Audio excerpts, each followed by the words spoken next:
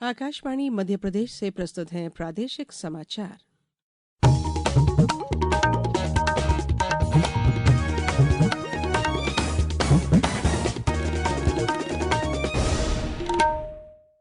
नमस्कार, समाचारों के साथ मैं धारणा सचदेव। सबसे पहले इस बुलेटिन के मुख्य समाचार।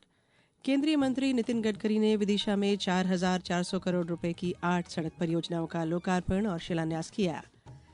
प्रधानमंत्री नरेंद्र मोदी ने देश की पहली वंदे भारत स्लीपर ट्रेन को हरी झंडी दिखाकर किया रवाना। रायसेन में खोला जाएगा चिकित्सा महाविद्यालय, मुख्यमंत्री डॉ मोहन यादव ने की घोषणा। पहाड़ों पर हो रही बर्फबारी से प्रदेश में 2-3 दिन में और बढ़ेगी सर्दी। और भारत और न्यूजीलैंड के बीच तीसरा एक दिवसीय मैच कल इंदौर में खेला जाएगा। अब समाचार विस्तार से।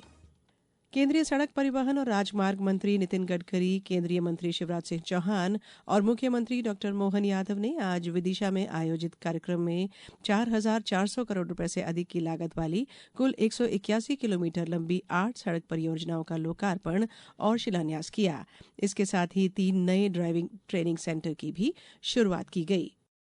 निवेदन करते हैं जोरदार तालियों के साथ कि एक क्लिक के माध्यम से 4,400 करोड़ से अधिक की लागत से कुल 181 किलोमीटर लंबी 8 सड़क परियोजनाओं, 3 ड्राइविंग ट्रेनिंग सेंटर का लोकार्पण और शिलान्यास हो रहा है, जिसमें भोपाल से विदिशा, विदिशा से ग्यारसपुर, ग्यारसपुर से राहतगढ़, राहतगढ़ से बेलखेड़ी, सागर वेस्टर्न बाईपास ग्रीनफील्ड का निर्माण, NH-46 के भोपाल ब्यावरा खंड पर 5 अंडरपास का निर्माण, विदिशा जिले में 1 और सागर में 2 ड्राइविंग ट्रेनिंग सेंटर का शिलान्यास, साथ ही में रातापानी वन्यजीव अभ्यारण्य क्षेत्र में अब्दुल्लागंज से इटारसी खंड का 4 लेन चौड़ीकरण, CRIF के अंतर्गत देवगांव से बमोरी का निर्माण कार्य। इन परियोजनाओं से प्रदेश में सड़क सुविधा बेहतर होगी और लोगों को सुरक्षित व सुगम यात्रा का लाभ मिलेगा। केंद्रीय कृषि मंत्री और स्थानीय सांसद शिवराज सिंह चौहान ने श्री गडकरी की सराहना करते हुए कहा कि उन्होंने एक नई सड़क क्रांति खड़ी की है। नितिन गडकरी विकास का दूसरा नाम है। जो असंभव को संभव कर दे वो है नितिन गडकरी। कई बार जो लगता है कि हो नहीं सकता, लेकिन रेत में से भी तेल निकाल दे, उसका नाम है नितिन गडकरी। प्रधानमंत्री ग्राम सड़क जैसी योजनाओं के जनक नितिन गडकरी जी देश में सबसे पहले मुंबई और पूना एक्सप्रेस वे बना के एक नई सड़क क्रांति खड़ी करने वाले नितिन गडकरी जी, सभी जिलों की जनता की ओर से आपका हृदय से स्वागत करता हूं, अभिनंदन करता हूं। प्रधानमंत्री नरेंद्र मोदी ने आज पश्चिम बंगाल के मालदा रेलवे स्टेशन से हावड़ा और गुवाहाटी कामाख्या के बीच चलने वाली भारत की पहली वंदे भारत स्लीपर ट्रेन को झंडी दिखाकर रवाना किया। श्री मोदी ने गुवाहाटी हावड़ा वंदे भारत स्लीपर ट्रेन को भी वर्चुअल रूप से झंडी दिखाई। पूरी तरह से वातानुकूलित वंदे भारत स्लीपर ट्रेन यात्रियों को किफायती किराए पर हवाई यात्रा जैसा अनुभव प्रदान करेगी। प्रधानमंत्री ने कहा कि वंदे भारत ट्रेनों से लंबी दूरी की यात्राएं तेज, सुरक्षित और अधिक सुविधाजनक बनेगी। वंदे भारत के साथ ही आज बंगाल को 4 और नई अमृत भारत एक्सप्रेस ट्रेनें भी मिली है। इससे पूरे उत्तर बंगाल की कनेक्टिविटी बेहतर होने वाली है। इससे यहाँ के किसानों, यहाँ के नौजवानों को लाभ होगा, यहाँ टूरिज्म को बल मिलेगा। मुख्यमंत्री डॉ मोहन यादव ने आज विदिशा में घोषणा करते हुए कहा कि रायसेन में मेडिकल कॉलेज का निर्माण कराया जाएगा।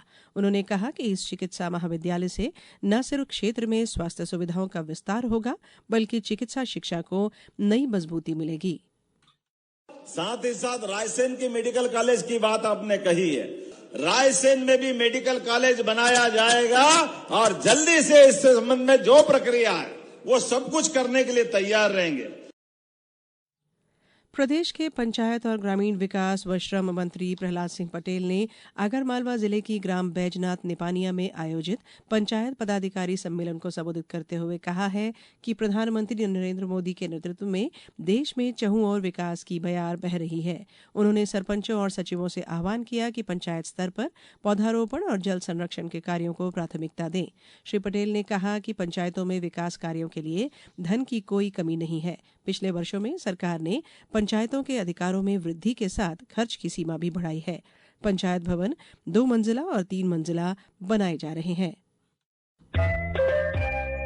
ये समाचार आप आकाशवाणी मध्य प्रदेश से सुन रहे हैं। ये समाचार बुलेटिन YouTube पर, Madhya Pradesh news All India Radio channel पर और फेसबुक साथ ही एक्स प्लेटफॉर्म पर AIR न्यूज भोपाल पर सुने जा सकते हैं। इसके अलावा आप हमारी वेबसाइट newsonair.gov.in पर अथवा न्यूज ऑन AIR ऐप पर भी समाचार सुन सकते हैं।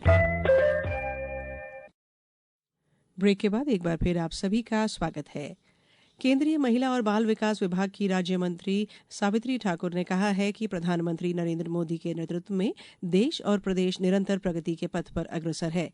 वे आज खंडवा के संत सिंगाजी समाधि के दर्शन के बाद सिंगाजी थर्मल पावर प्लांट परिसर स्थित बाल भारती पब्लिक स्कूल के चौथे खेल दिवस समारोह को संबोधित कर रही थी। श्रीमती ठाकुर ने कहा कि वर्ष 2047 तक विकसित भारत के लक्ष्य को लेकर सरकार शिक्षा, स्वास्थ्य, कृषि, उद्योग, विद्युत, सिंचाई और खेल सहित अधोसंरचना के क्षेत्र में निरंतर विकास कार्य कर रही है। इन प्रयासों से महिलाओं, युवाओं, किसानों और खिलाड़ियों को आगे बढ़ने के व्यापक अवसर मिल रहे हैं। कांग्रेस के वरिष्ठ नेता और लोकसभा में नेता प्रतिपक्ष राहुल गांधी आज इंदौर में दूषित पेयजल से प्रभावित पीड़ितों से मुलाकात की। साथ ही भागीरथपुरा में दूषित पेयजल से मृतकों के परिजनों से मिलकर उन्हें सांत्वना दी और सहायता राशि के चेक सौंपे। इस दौरान उनके साथ राज्य विधानसभा में नेता प्रतिपक्ष उमंग सिंघार, प्रदेश कांग्रेस अध्यक्ष जीतू पटवारी और पार्टी के वरिष्ठ नेता दिग्विजय सिंह मौजूद रहे। मीडिया से बात करते हुए श्री गांधी ने मृतकों के लिए दुख जताते हुए राज्य सरकार पर लोगों को शुद्ध पेयजल मुहैया कराने में नाकामी का आरोप लगाया। बात मौसम की। उत्तर से आ रही बर्फीली हवाओं की वजह से प्रदेश में तेज सर्दी पड़ रही है। बीती रात उमरिया प्रदेश में सबसे ठंडा रहा। यहाँ न्यूनतम तापमान 4.8 डिग्री पहुंच गया। सुबह 15 से ज्यादा जिलों में हल्के से मध्यम कोहरा रहा। मौसम विभाग ने आज शहडोल, अनूपपुर, उमरिया, कटनी और मैहर में शीतलहर की चेतावनी जारी की है। सीहोर से हमारे संवाददाता ने बताया है कि जिले में अब बर्फीली हवा अंचल में आ रही है। इसके असर से रात के तापमान में 4.5 डिग्री की गिरावट दर्ज की गई। मौसम विभाग का मानना है कि कुछ दिन और तेज ठंड का असर बना रहेगा। उधर नर्मदापुरम में भी कड़ाके की ठंड पड़ रही है। तापमान में हल्का उतार चढ़ाव बना हुआ है। मौसम विभाग के अनुसार पिछले 24 घंटे में नर्मदापुरम के पचमढ़ी में 2.8 डिग्री सेल्सियस पारा बढ़ा है। हालांकि ठंड का असर कम नहीं हुआ है। रुख करेंगे खेल का। भारत और न्यूजीलैंड के बीच तीसरा एक दिवसीय क्रिकेट मैच कल इंदौर के होलकर स्टेडियम में खेला जाएगा। दिन रात के इस मैच के लिए तैयारियां पूरी कर ली गई हैं। मैच दोपहर 1:30 बजे से शुरू होगा।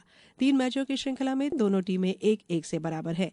लिहाजा कल का मैच फाइनल की तरह देखा जा रहा है। मुकाबले से पहले आज विराट कोहली और कुलदीप यादव ने उज्जैन के महाकालेश्वर मंदिर की भस्म आरती में शामिल हुए। एक दिन पहले टीम के हेड कोच गौतम गंभीर ने भी उज्जैन के महाकाल मंदिर और आगरमालवा के मां बगलामुखी मंदिर में पूजा अर्चना की। अब कुछ समाचार संक्षेप में। उप मुख्यमंत्री जगदीश देवड़ा ने कल मंदसौर के चावली में 3 करोड़ 91 लाख रुपए से बनने वाले बोरखेड़ी बाबूखेड़ा मार्ग का भूमि पूजन किया। महिला और बाल विकास मंत्री निर्मला भूरिया ने झाबुआ के पीएम श्री शासकीय हाईस्कूल तलावली में नवनिर्मित अतिरिक्त कक्ष का लोकार्पण किया। अशोकनगर जिले के शहरी और ग्रामीण क्षेत्रों में विभिन्न जल स्रोतों की जांच, जल आपूर्ति प्रणाली में लीकेज, दूषित जल की पहचान और पानी की टंकियों, पाइपलाइन का सर्वे और जियो टैग करने के लिए एक ऐप का निर्माण किया गया है। और मंडला जिले में स्थित कान्हा टाइगर रिजर्व से सतपुड़ा टाइगर रिजर्व 12 बारहसिंगे भेजे गए। इस बुलेटिन में इतना ही। अगला बुलेटिन सुनिए सुबह 7:10 पर। नमस्कार।